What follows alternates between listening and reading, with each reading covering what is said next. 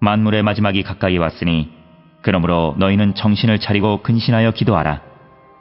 무엇보다도 뜨겁게 서로 사랑할지니 사랑은 허다한 죄를 덮느니라. 서로 대접하기를 원망 없이 하고 각각 은사를 받은 대로 하나님의 여러 가지 은혜를 맡은 선한 청지기같이 서로 봉사하라.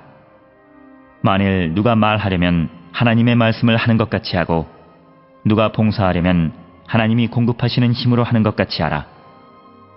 이는 범사에 예수 그리스도로 말미암아 하나님이 영광을 받으시게 하려 함이니 그에게 영광과 권능이 세세에 무궁하도록 있느니라. 아멘.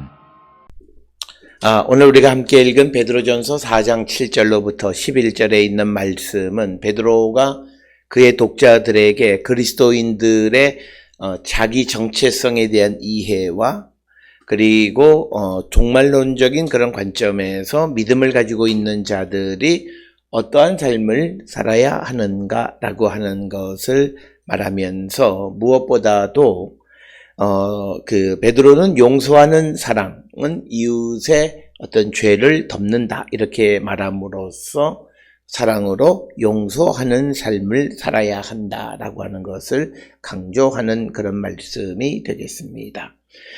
그래서 베드로는 예수를 따르는 제자로서 예수님의 핵심적 가르침인 사랑과 용서를 이제 베드로전서 4장 7절부터 11절에서 자신의 이 편지의 수신인들에게 말하는데, 특별히 이 편지의 수신인들은 예수를 믿음으로 말미암아 고난 가운데 있는 자들이 자신들에게 고난을 주는 그런 다른 사람들에 대한 사랑과 용서를 나누는 삶을 살아야 한다라고 하는 것이고, 오늘 주시는 이 4장 7절로 11절에 있는 말씀은 베드로전서 2장 11, 12절에 악한 삶을 피하라고 하는 그런 주제와 밀접한, 그래서 우리를 괴롭히는 원수들에 대해서 어떤 자세를 가져야 되느냐, 용서하고 사랑하는 삶을 살아야 된다라고 하는 것을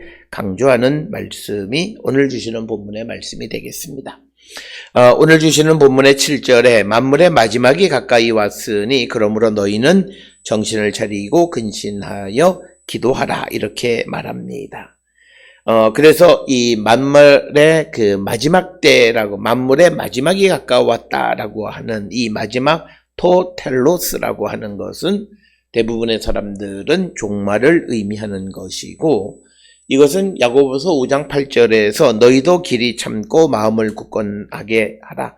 주의 강림이 가까웠다. 그러니까 주님의 재림과 관계되어지는 종말과 관계되어져서 이해하는 것이 오늘 만물의 마지막이 가까이 왔다라고 하는 그 마지막 텔로스라고 하는 것을 종말로 이해한다라고 하는 것입니다. 따라서 이 헬라어로 텔로스라고 하는 그 종말로 번역되어진 이 단어는 단순한 어떤 끝 이런 것이라기보다는 어떤 목적 결과를 달성한다라고 하는 그런 의미가 훨씬 더 강하게 작용하고 있다라고 하는 것입니다.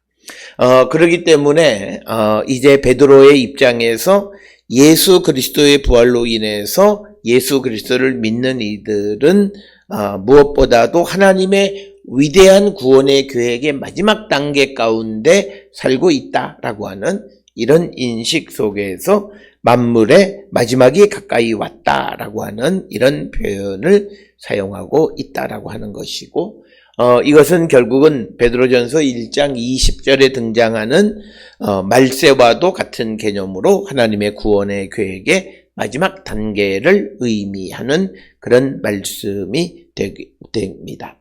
그러면서 이런 마지막 때를 살고 있는 신자들에게 베드로는 조심하여 기도하라고 권면합니다. 그래서 정신을 차리고 소프로네사테라고 하는 건 자기를 절제하라라고 하는 그런 의미가 강한 것이 정신을 차리고 또는 근신하라라고 하는 말씀이 되겠습니다.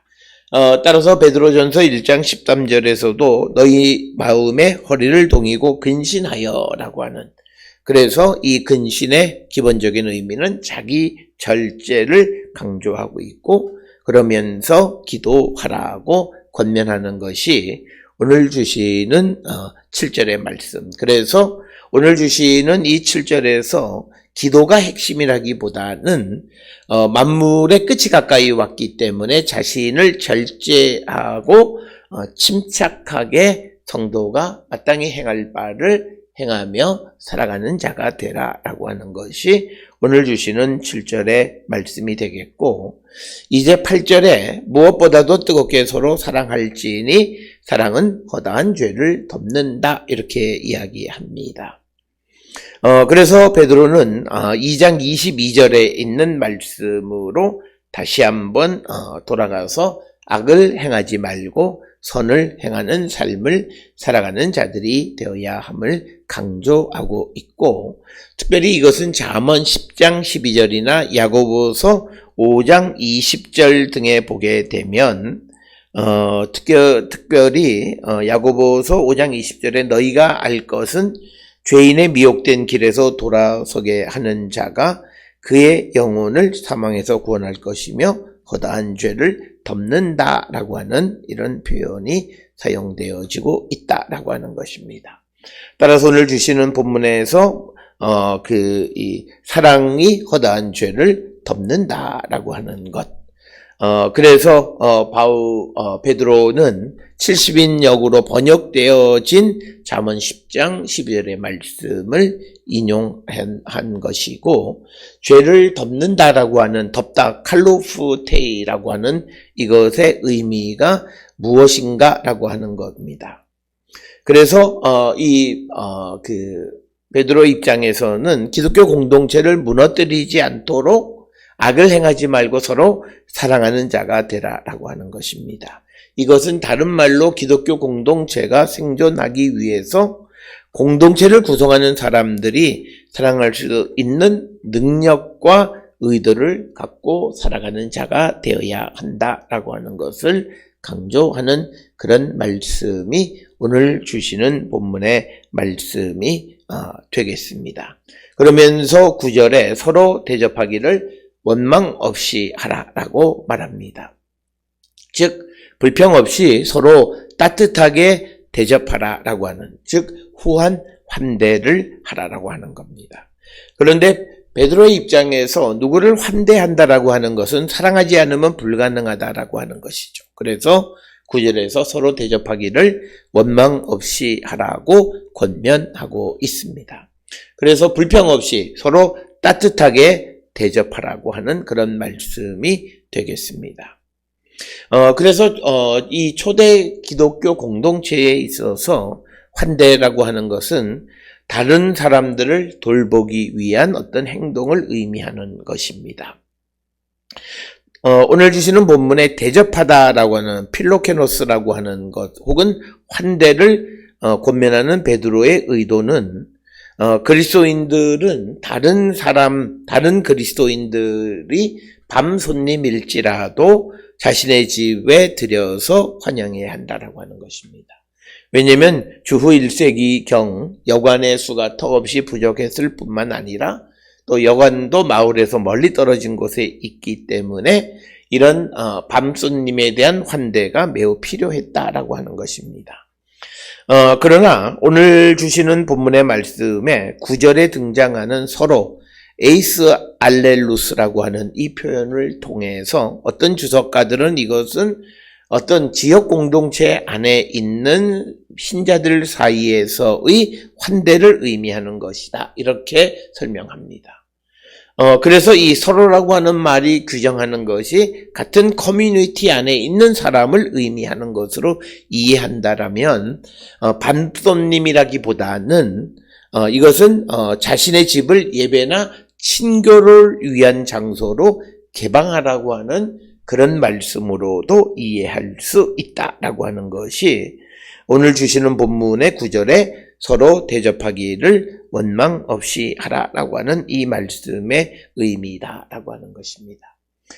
우리가 흔히 대접하다라고 하는 필로케노스라고 하는 것을 손님을 대접하는 것. 이것은 바로 히브리서 13장 2절에 손님 대접하기를 잊지 말라라고 하는 그런 말씀으로 많이 이해를 하지만, 그러나 오늘 주시는 9절의 앞에 서로라고 하는 것은 같은 공동체 안에 있는 사람들 상호 간에 서로 대접하는, 환대하는, 그래서 이것은 밤손님이라고 하는 그런 포괄적 의미의 개념보다는 어떤 기독교 공동체가 어떤 친교나 예배를 위해서 자기 집을 내놓는 것을 우리가 원망 없이 행하는 자들이 되어야 함을 권면하는 말씀으로 이해하기도 합니다.